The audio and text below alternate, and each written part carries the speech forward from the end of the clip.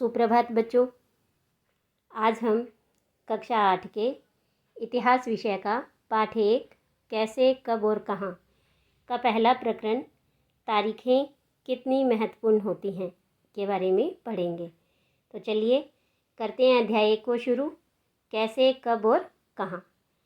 तो देखिए बच्चों, सबसे पहले यहाँ आपको एक चित्र दिखाई दे रहा है और ये है कि इसमें ब्राह्मण ब्रिटेनिया को शास्त्र भेंट कर रहे हैं। आपको इस चित्र में दिखाई दे रहा होगा कि कुछ ब्राह्मण हैं और वो ब्रिटिश सत्ता की प्रतीक ब्रिटेनिया को एक भारतीय प्राचीन शास्त्र है वो भेंट कर रहे हैं।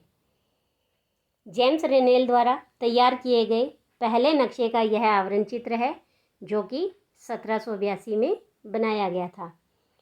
रॉबर्ट क्लाइव ने रेनेल को हिंदुस्तान का नक्शा तैयार करने का काम सौंपा था और भारत पर अंग्रेज़ों की विजय के समर्थक रेनेल को वर्चस्व स्थापित करने की प्रक्रिया में नक्शा तैयार करना था वो बहुत महत्वपूर्ण लगता था। और इस तस्वीर में यह दिखाया गया है कि भारतीय ब्राह्मण ब्रिटेनिया को अपना प्राचीन और पवित्र ग्रंथ सौंप रहे हैं और मानो ऐसा लग रहा है कि वे उन्हें भारतीय संस्कृति की रक्षा के लिए आने का आग्रह कर रहे हों। तो चलिए अब हम अध्याय को शुरू करते हैं। तारीखें कितनी महत्वपूर्ण होती हैं। एक वक्त था जब इतिहासकार तारीखों के जादू में ही खोए रहते थे। कब किस राजा की ताजपोशी हुई, कब कौन सा युद्ध हुआ, इन्हीं तारीखों पर गर्मागर्म बहसें चलती थी। आम समझ के हिसाब से इतिहास को तारीखों का पर्याय माना जाता था। आपने भी लोगों को यह कहते सुना होगा कि इतिहास बहुत उबाऊ है भाई, बस तारीखें रटते चले जाओ। क्या इतिहास के बारे में यह सोचना सही है? इसमें कोई शक नहीं है कि इतिहास अलग अलग समय पर आने वाले बदलावों के बारे में ही होता है और इसका संबंध इस बात से है कि अतीत में चीज़ें किस तरह की थी और उनमें क्या बदलाव आए हैं। जैसे ही हम अतीत और वर्तमान की तुलना करते हैं तब हम समय का जिक्र करने लगते हैं। हम पहले और बाद में की बात करने लगते हैं। आपने सुना होगा अपने घर के बड़ों से, जब भी वो बात करते हैं तो वो ऐसे बोलते हैं कि हमारे समय में ऐसा नहीं होता था और पहले ऐसा होता था, बाद में ऐसे होगा। तो ये पहले और बाद की जो बात है वही हम इतिहास के बारे में बात करते हैं। रोज़मर्रा की ज़िंदगी में हम अपने आसपास की चीज़ों पर हमेशा ऐतिहासिक सवाल नहीं उठाते हैं। यानी हमारे आसपास की जो रोज़मर्रा की चीज़ें हैं, जैसे चाय है, सब्जियां हैं, कपड़े हैं, यातायात के साधन हैं, ऐसी जो रोज़मर्रा की हमारी चीज़ें हैं, हम उनके इतिहास के बारे में कोई भी सवाल नहीं करते हैं और इन चीज़ों को हम स्वाभाविक मानकर चलते हैं। मानो कि जो कुछ हमें दिख रहा है वह हमेशा से ही ऐसा रहा है। लेकिन हम सब के सामने कभी कभी अचंभे के क्षण आते हैं, यानी हम चौंक जाते हैं और कई बार हम उत्सुक हो जाते हैं और ऐसे सवाल पूछते हैं जो कि वाकई ऐतिहासिक होते हैं। किसी व्यक्ति को सड़क के किनारे चाय के घूंट भरते देखकर आप इस बात पर हैरान हो सकते हैं कि चाय या कॉफ़ी पीने का चलन शुरू कब से हुआ होगा। रेलगाड़ी की खिड़की से बाहर झांकते हुए आपके जहन में यह सवाल उठ सकता है कि रेलवे का निर्माण कब हुआ। रेलगाड़ी के आने से पहले लोग दूर दूर की यात्रा किस तरह से कर पाते थे। सुबह सुबह अखबार पढ़ते हुए आप यह जानने के लिए उत्सुक हो सकते हैं कि जिस ज़माने में अखबार नहीं छपते थे उस समय लोगों को चीज़ों की जानकारी कैसे मिलती थी। तो नीचे देखिए कि एक प्रश्न है। चित्र 1 को ध्यान से देखें कि यह चित्र किस प्रकार उपनिवेशवाद का बोध कराता है। जो भी हमने चित्र देखा था जिसमें कुछ ब्राह्मण ब्रिटिश सत्ता के प्रतीक ब्रिटेनिया को अपने प्राचीन और पवित्र ग्रंथ सौंप रहे थे। तो यह चित्र किस तरह से उपनिवेशवाद का बोध कराता है। उपनिवेशवाद का अर्थ होता है कि एक शक्तिशाली देश दूसरे कमज़ोर देश के सामाजिक, राजनीतिक, आर्थिक, सांस्कृतिक हर प्रकार की गतिविधियों पर, संसाधनों पर नियंत्रण कर लेता है, उसे कहते हैं हम उपनिवेशवाद। ऐसे ही भारत पर अंग्रेजों ने अपना नियंत्रण स्थापित किया था। तो इस चित्र में हमें कैसे पता लगता है, तो सबसे पहले देखिए कि इस चित्र में हमने देखा कि ब्राह्मण हैं वो ब्रिटेनिया को शस्त्र भेंट करते हुए दिखाई दे रहे हैं। ब्रिटेनिया के समक्ष उन्होंने शीश झुका रखा है और अपना प्राचीन और पवित्र ग्रंथ उन्हें सौंप रहे हैं। तो इससे ये पता चलता है कि ब्रिटिश सत्ता ने यानी अंग्रेज़ों ने भारत पर अपना अधिकार स्थापित कर लिया है और उनसे भारतीय संस्कृति की रक्षा करने का आग्रह करते हुए दिखाया गया है। इसके बाद आगे देखिए कि ये सारे ऐतिहासिक सवाल हमें समय के बारे में सोचने के लिए प्रेरित कर देते हैं। कौन से सवाल की हम बात कर रहे हैं कि जैसे चाय कब पीनी शुरू की गई, रेलगाड़ी का निर्माण कब हुआ, लोग पहले के समय यात्राएं कैसे करते थे, जब अखबार नहीं छपते थे तो लोगों को जानकारियां कैसे मिलती थी। तो इस तरह के सवाल हमें और अधिक सोचने के बारे में प्रेरित करते हैं। समय को हमेशा साल या महीनों के पैमाने पर ही नहीं देखा जा सकता। कई बार ऐसी प्रक्रियाओं के लिए कोई तारीख तय करना वाकई गलत होता है जो एक लंबे समय तक चलती रहती है। भारत में लोगों ने अचानक एक दिन सुबह सवेरे चाय पीना शुरू नहीं कर दिया था। इसका स्वाद धीरे धीरे उनकी ज़बान पर चढ़ा था। इस तरह की प्रक्रियाओं के लिए कोई स्पष्ट तिथि नहीं हो सकती। इसी तरह हम ब्रिटिश शासन की स्थापना के लिए भी कोई एक तिथि नहीं बता सकते कि भारत में अंग्रेजी शासन की स्थापना कब हुई थी, राष्ट्रीय आंदोलन किस दिन शुरू हुआ, या अर्थव्यवस्था या समाज में किस दिन बदलाव आए, यह बताना भी संभव नहीं है। ये सारी चीज़ें एक लंबे समय में घटती हैं।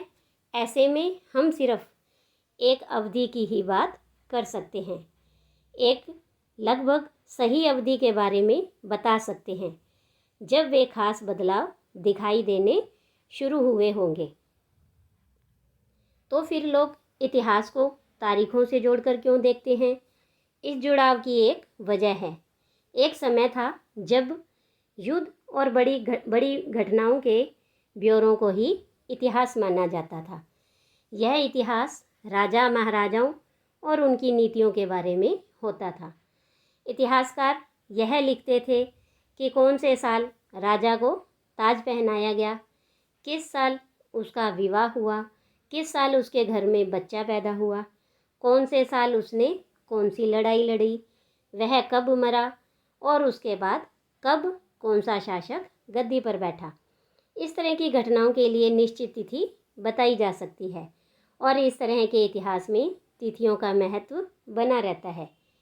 जैसा कि पिछले 2 साल की इतिहास की किताबों में आपने देखा, यानी कक्षा 6 और कक्षा 7 इनकी इतिहास की किताबों में आपने देखा, अब इतिहासकार बहुत सारे दूसरे मुद्दों और दूसरे सवालों के बारे में भी लिखने लगे हैं।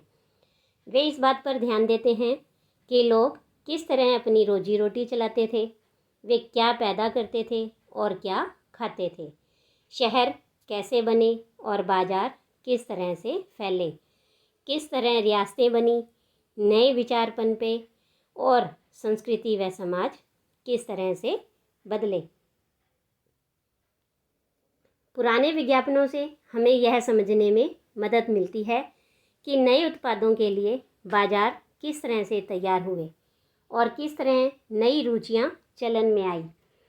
1922 में लिप्टन चाय के लिए तैयार किया गया यह विज्ञापन इस बात की ओर संकेत करता है कि दुनिया भर के शाही लोग यही चाय पीते हैं।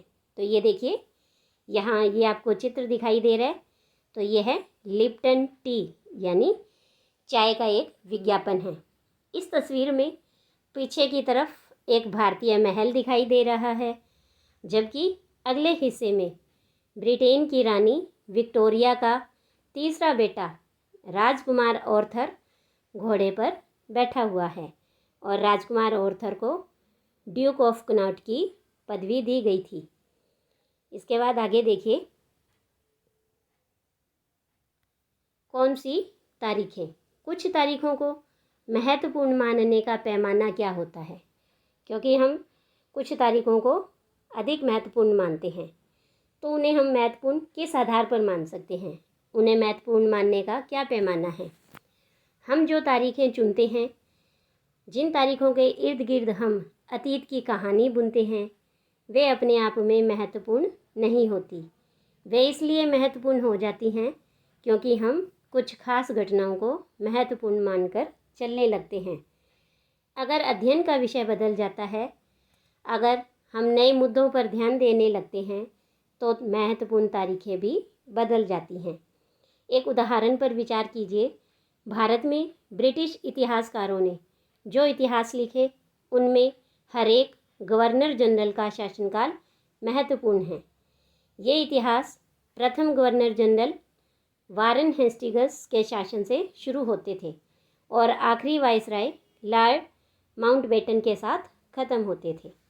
अलग अलग अध्यायों में हम दूसरे गवर्नर जनरलों हेस्टिंग्स, वेलेस्ली, बेटिंग, डलहौजी,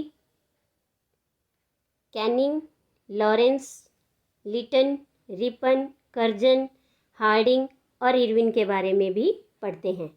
इस इतिहास में गवर्नर जनरलों और वायसरायों का कभी न ख़त्म होने वाला सिलसिला ही छाया रहता था।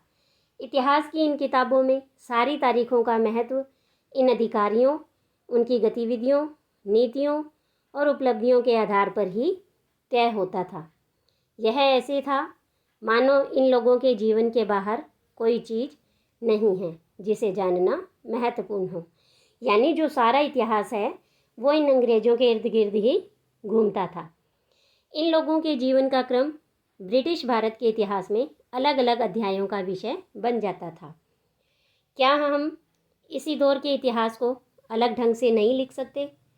गवर्नर जनरलों के इस इतिहास के चौखटे में हम भारतीय समाज के विभिन्न समूहों और वर्गों की गतिविधियों पर किस तरह से ध्यान दे सकते हैं? तो ये सोचने वाली बात है। जब हम इतिहास या कोई कहानी लिखते हैं तो उसे टुकड़ों या अध्यायों में बांट देते हैं। तो ऐसा हम क्यों करते हैं? ऐसा इसलिए किया जाता है ताकि हर अध्याय में कुछ सामंजस्य रहे। इसका मकसद कहानी को इस तरह से सामने लाना होता है कि उसे आसानी से समझा जा सके और याद रखा जा सके। इस प्रक्रिया में हम सिर्फ उन घटनाओं पर जोर देते हैं जो उस कहानी को पेश करने में मददगार होती है। जो इतिहास गवर्नर जनरलों के जीवन के इर्द गिर्द चलता है उसमें भारतीयों की गतिविधियाँ कोई मायने नहीं रखती, उनके लिए वहाँ कोई जगह नहीं होती। तो फिर क्या किया जाए? तो जाहिर है हम अपने इतिहास का एक अलग खाका बनाएंगे। इसका मतलब यह है कि अब तक जिन तिथियों को महत्व दिया जा रहा था वे महत्वपूर्ण नहीं रहेंगी और हमारे लिए नई तिथियां हैं वो महत्वपूर्ण हो जाएंगी। तो ये देखिए कि यहाँ पर आपको एक चित्र दिखाई दे रहा है। ये है वारन हेस्टिंग्स का 1773 में, जो कि भारत के पहले गवर्नर जनरल बने थे। इतिहास की किताबों में गवर्नर जनरलों के कारनामों, जीवनियों में उनकी गौरव गाथाओं और तस्वीरों में उनके भव्य व्यक्तित्व को उभारा जाता था। इसके बाद है कि हम अवधियाँ कैसे तय करते हैं। 1817 में स्कॉटलैंड के अर्थशास्त्री और राजनीतिक दार्शनिक जेम्स मिल ने 3 विशाल खंडों में a history of British India यानी ब्रिटिश भारत का इतिहास नामक एक किताब लिखी और इस किताब में उन्होंने भारत के इतिहास को हिंदू, मुस्लिम और ब्रिटिश इन 3 कालखंडों में बांटा था। कालखंडों के इस निर्धारण को ज़्यादातर लोगों ने मान भी लिया। क्या आपको भारतीय इतिहास को समझने के इस तरीके में कोई समस्या दिखाई देती है? इतिहास को हम अलग अलग कालखंडों में बांटने की कोशिश क्यों करते हैं? इसकी भी एक वजह है। हम एक दौर की खासियतों, उसके केंद्रीय तत्वों को पकड़ने की कोशिश करते हैं। इसीलिए ऐसे शब्द महत्वपूर्ण हो जाते हैं जिनके सहारे हम समय को बांटते हैं। ये शब्द अतीत के बारे में हमारे विचारों को दर्शाते हैं। वे हमें बताते हैं कि एक अवधि से दूसरी अवधि के बीच आए बदलावों का क्या महत्व होता है। मिल को लगता था कि सारे एशियाई समाज सभ्यता के मामले में यूरोप से बहुत पीछे हैं। इतिहास की उनकी समझदारी ये थी कि भारत में अंग्रेज़ों के आने से पहले यहाँ हिंदू और मुसलमान तानाशाहों का ही राज चलता था। यहाँ चारों ओर केवल धार्मिक बैर, जातिगत बंधनों और अंधविश्वासों का बोलबाला था, ऐसा जेम्स मिल को लगता था। मिल की राय में ब्रिटिश शासन भारत को सभ्यता की राह पर ले जा सकता है और इस काम के लिए ज़रूरी था कि भारत में यूरोपीय शिष्टाचार, कला, संस्थानों और कानूनों को लागू किया जाए। मिल ने तो यहाँ तक सुझाव भी दिया था कि अंग्रेज़ों को भारत के सारे भूभाग पर कब्जा कर लेना चाहिए ताकि भारतीय जनता को ज्ञान और सुखी जीवन प्रदान किया जा सके। उनका मानना था कि अंग्रेज़ों की मदद के बिना हिंदुस्तान प्रगति नहीं कर सकता। इतिहास की इस धारणा में अंग्रेजी शासन प्रगति और सभ्यता का प्रतीक था। अंग्रेजी शासन ने पहले सारा अंधकार का दौर था। क्या इस तरह की धारणा को स्वीकार किया जा सकता है? क्या इतिहास के किसी दौर को हिंदू या मुसलमान दौर कहा जा सकता है? क्या इन सारे दौरों में कई तरह के धर्म एक साथ नहीं चलते थे? किसी युग को केवल उस समय के शासकों के धर्म के हिसाब से तय करने की ज़रूरत क्या है? अगर हम ऐसा करते हैं तो इसका मतलब हम यह कहना चाहते हैं कि औरों के जीवन और तौर तरीकों का कोई महत्व नहीं होता। तो हमें यह याद रखना चाहिए कि प्राचीन भारत में सारे शासकों का एक ही धर्म नहीं होता था। अंग्रेज़ों द्वारा सुझाए गए वर्गीकरण से अलग हटकर इतिहासकार भारतीय इतिहास को आमतौर पर प्राचीन, मध्यकालीन और आधुनिक काल में बांटकर देखते हैं और इस विभाजन की अपनी समस्याएं हैं।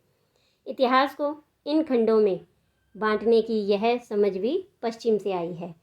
पश्चिम में आधुनिक काल को विज्ञान, तर्क, लोकतंत्र, मुक्ति और समानता जैसी आधुनिकता की ताकतों के विकास का युग माना जाता है।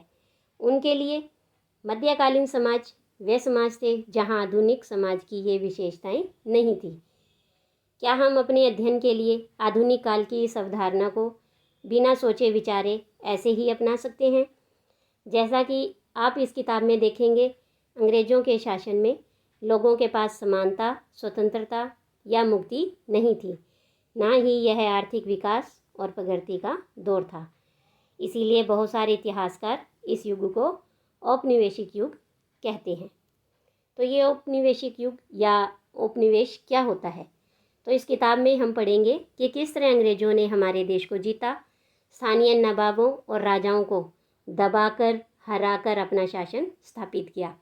हम देखेंगे कि किस तरह उन्होंने अर्थव्यवस्था व समाज पर नियंत्रण स्थापित किया, अपने सारे खर्चों को निपटाने के लिए राजस्व वसूल किया और अपनी ज़रूरतों की चीज़ों को सस्ती कीमत पर खरीदा, निर्यात के लिए महत्वपूर्ण फसलों की खेती कराई और इन सारी कोशिशों के कारण क्या बदलाव आए। आप ये भी जानेंगे कि ब्रिटिश शासन के कारण यहाँ की मूल्य मान्यताओं और पसंद नापसंद, रीति रिवाज व तौर तरीकों में क्या बदलाव आए। जब एक देश पर दूसरे देश के दबदबे से इस तरह के राजनीतिक, आर्थिक, सामाजिक और सांस्कृतिक बदलाव आते हैं तो इस प्रक्रिया को उपनिवेशीकरण कहा जाता है। लेकिन जल्दी ही आप ये समझ पाएंगे कि सारे वर्ग और समूह इन बदलावों को एक ही ढंग से अनुभव नहीं कर रहे थे। इसीलिए इस किताब को हमारे अतीत यानी कई अतीतों पर केंद्रित नाम दिया गया है।